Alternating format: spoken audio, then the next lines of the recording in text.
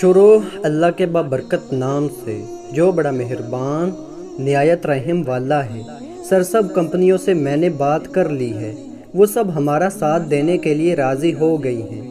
قاسم اپنے باس کو بتا رہا تھا، کمپنی کا مالک جس کا نام جمیل تھا ایک بہت بڑی ٹرانسپورٹ کمپنی چلا رہا تھا۔ قاسم اس کمپنی میں مینیجر ڈائریکٹر تھا۔ قاسم نے جب یہ کمپنی جوائن کی تھی بہت برے حالات تھے، نقصان میں جا رہی تھی کمپنی، لیکن قاسم نے آتے ہی جمیل صاحب کے بزنس کو سہارا دیا اور دوبارہ اپنے قدموں پہ لا کر کھڑا کیا تھا۔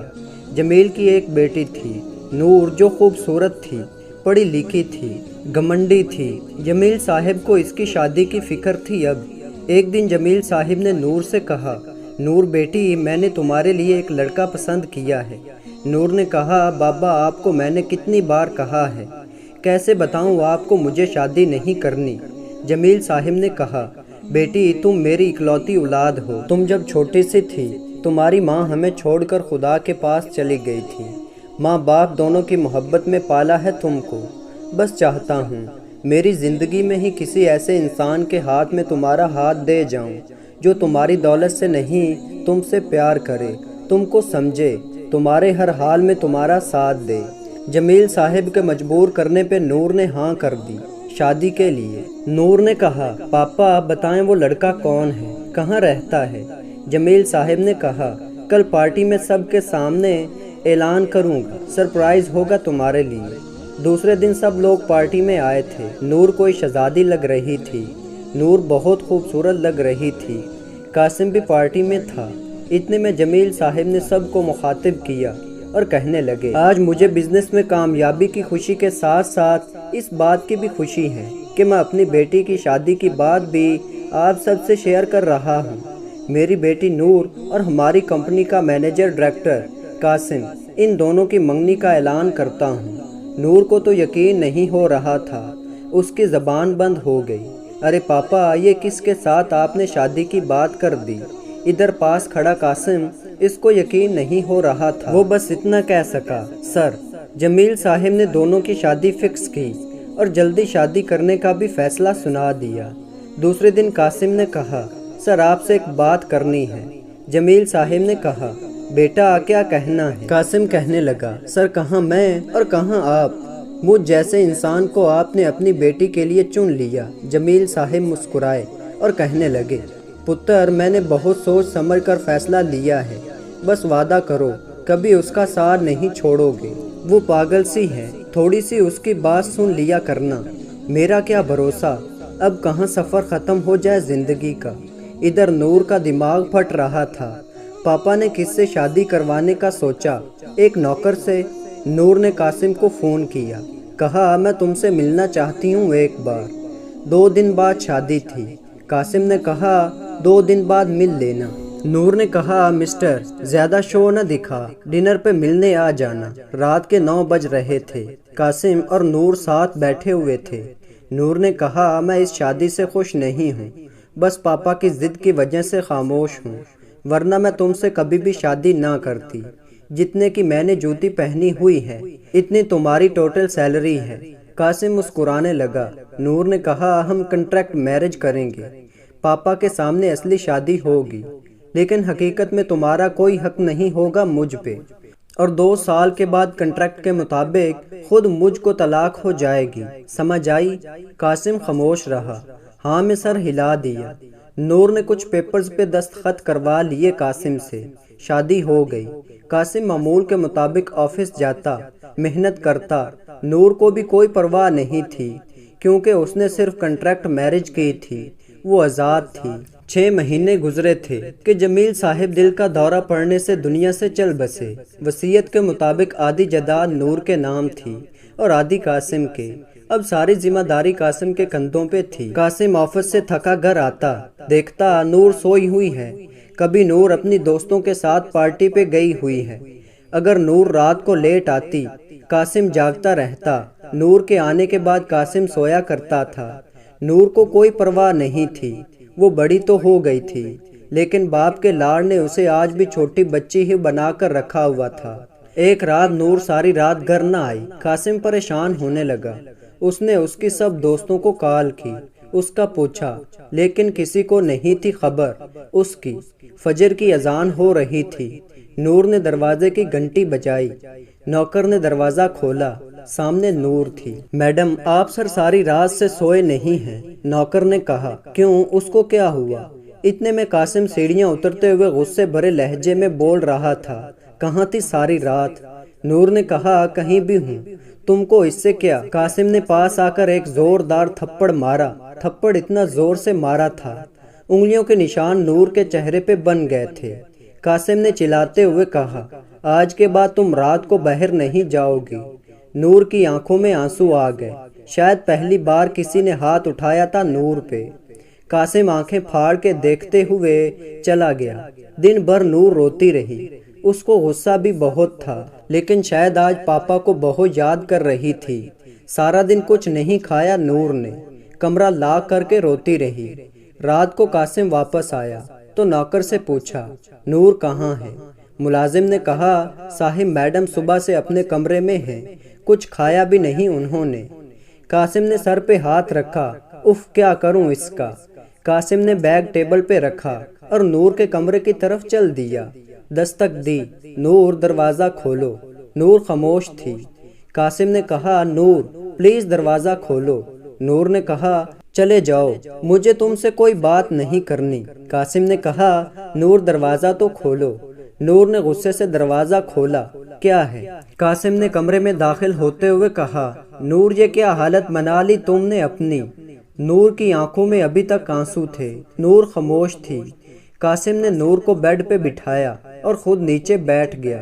بہت پیار سے کہنے لگا، نور کان پکڑ کر معافی مانگتا ہوں، معاف کر دو مجھے، بس غصہ تھا نور بہت مجھے، اس لیے ہاتھ اٹھ گیا تھا۔ نور ہچکیاں لیتے ہوئے، قاسم کبھی پاپا نے بھی ہاتھ نہیں اٹھایا تھا مجھ پہ۔ قاسم نے کہا، نور تمہارے پاؤں پکڑ لیتا ہوں، لیکن مجھے معاف کر دو۔ نور خاموش ہو گئی۔ تھوڑا سا پاس ہو کر قاسم نے ایک لمبی سانس لے کر کہنے لگا، نور اب تم چھوٹی بچی نہیں ہو، چاہے کنٹریکٹ میرج ہے، تم میری بیوی ہو، الگ بات ہے، میں حق نہیں جتاتا تم پہ۔ دیکھو نور، میں بہت پریشان ہوں، میں بہت اکیلا ہو گیا ہوں، میں تھک گیا اکیلا لڑ لڑ کر۔ پہلے تمہارے بابا تھے بزنس میں، مل کر کام کرتے تھے، آج میں بالکل اکیلا ہوں، ہزاروں دشمن ہے، تم نے کبھی آفس آ کر نہیں دیکھا۔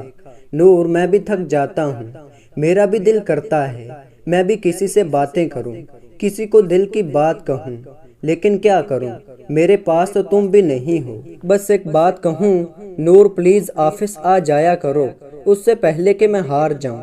اتنا کہہ کر قاسم نے جیب سے خوبصورت انگوٹھی نکالی اور نور کو دی۔ مسکراتے ہوئے کہنے لگا، ہیپی برتھ ڈے نور۔ اتنا کہہ کر کمرے سے باہر چلا گیا۔ نور آج پہلی بار ہار گئی تھی قاسم کے سامنے۔ اس کا دل چاہ رہا تھا قاسم کو سینے سے لگا لے۔ قاسم نے مکمل طور پہ بدل دیا تھا نور کو۔ صبح قاسم آفس کے لیے جانے لگا تو نور بھی تیزی سے چلتے ہوئے آ گئی۔ 2 منٹ بس، قاسم مجھے بھی ساتھ لے جانا آفس۔ قاسم کو یقین نہیں ہو رہا تھا نور بھی آفس جائے گی۔ قاسم نے کہا، تم نے کیوں جانا ہے؟ نور نے کہا، لو کر لیں بات، میرا آفس ہے، میں کیوں نہیں جاؤں گی۔ نور نے آفس جانا شروع کر دیا۔ نور محنت کرنے لگی تھی۔ وہ قدم سے قدم ملا کر قاسم کے چلنے لگی۔ نور کو قاسم سے محبت ہونے لگی تھی۔ ایک دن نور آفس میں تھی، رات کے 11 ہو گئے تھے۔ قاسم نے کہا، نور بس کرو، گھر آ جاؤ اب۔ نور نے کہا، قاسم تم سو جاؤ، میں 1 گھنٹے تک آ جاؤں گی۔ قاسم نے کہا، نور گھر آ جاؤ، چھوڑ دو کام۔ نور گھر آئی۔ قاسم انتظار کر رہا تھا۔ نور نے کہا، قاسم میرا سر درد کر رہا ہے بہت۔ قاسم نے کہا، یہاں آؤ پاس میرے۔ نور پاس بیٹھ گئی۔ قاسم نے سر دبانا شروع کر دیا۔ نور نے کہا، رہنے دو قاسم۔ قاسم نے کہا، نور اتنا کام کیوں کرتی ہو؟ میں دیکھتا ہوں تم ہر وقت کام کام بس کام۔ نور نے کہا، قاسم تم جب اکیلے اتنا کچھ کرتے تھے تم بھی تو تھک جاتے تھے نا۔ قاسم نے سر دباتے ہوئے کہا، ہاں نور بہت تھک جاتا تھا، لیکن اب تم ہو نا ساتھ، اب تو تھکن محسوس ہی نہیں ہوتی۔ نور بہت خوش تھی۔ قاسم جیسا محبت کرنے والا ہم سفر ساتھ تھا۔ اب نور قاسم کو دیکھ کر جینے لگی تھی۔ قاسم کے بنا وہ مر جاتی۔ قاسم نے سنبھالا تھا نور کو کامیاب بنا دیا تھا۔ نور بہت خوش تھی۔ ان دونوں کی محبت رنگ لائی اور ان کی کمپنی کو بیسٹ ایوارڈ دیا جانا تھا کل۔ نور نے کہا، قاسم آج پاپا ہوتے تو کتنا خوش ہوتے نا، ہماری کمپنی ٹاپ بیسٹ کمپنیز میں شامل ہو گئی ہے، کل جلدی آ جانا ایوارڈ پارٹی میں۔ قاسم نے مسکراتے ہوئے کہا، خوش رہنا نور، اپنا خیال رکھنا۔ نور نے کہا، کیا ہوا قاسم، بہت اداس ہو؟ قاسم کی آنکھ میں آنسو آ گیا۔ نور، مجھے نہیں پتا صحیح ہے یا غلط، لیکن بہت پیار کرتا ہوں تم سے۔ نور کچھ سمجھ نہیں پا رہی تھی، کیا بول رہا ہے قاسم؟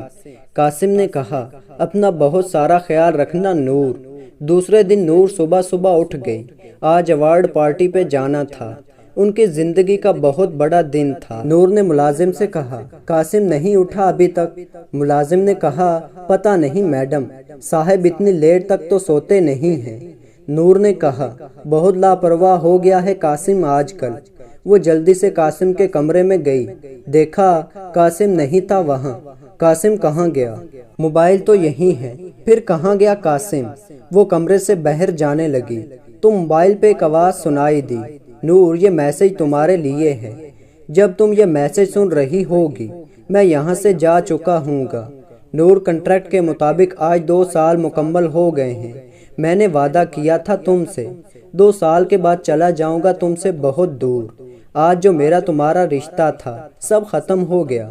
اپنا خیال رکھنا۔ اور ٹیبل پہ سب پیپرز رکھے ہیں میں نے، مجھے کوئی جائیداد نہیں چاہیے، تمہاری ہے، تم رکھو۔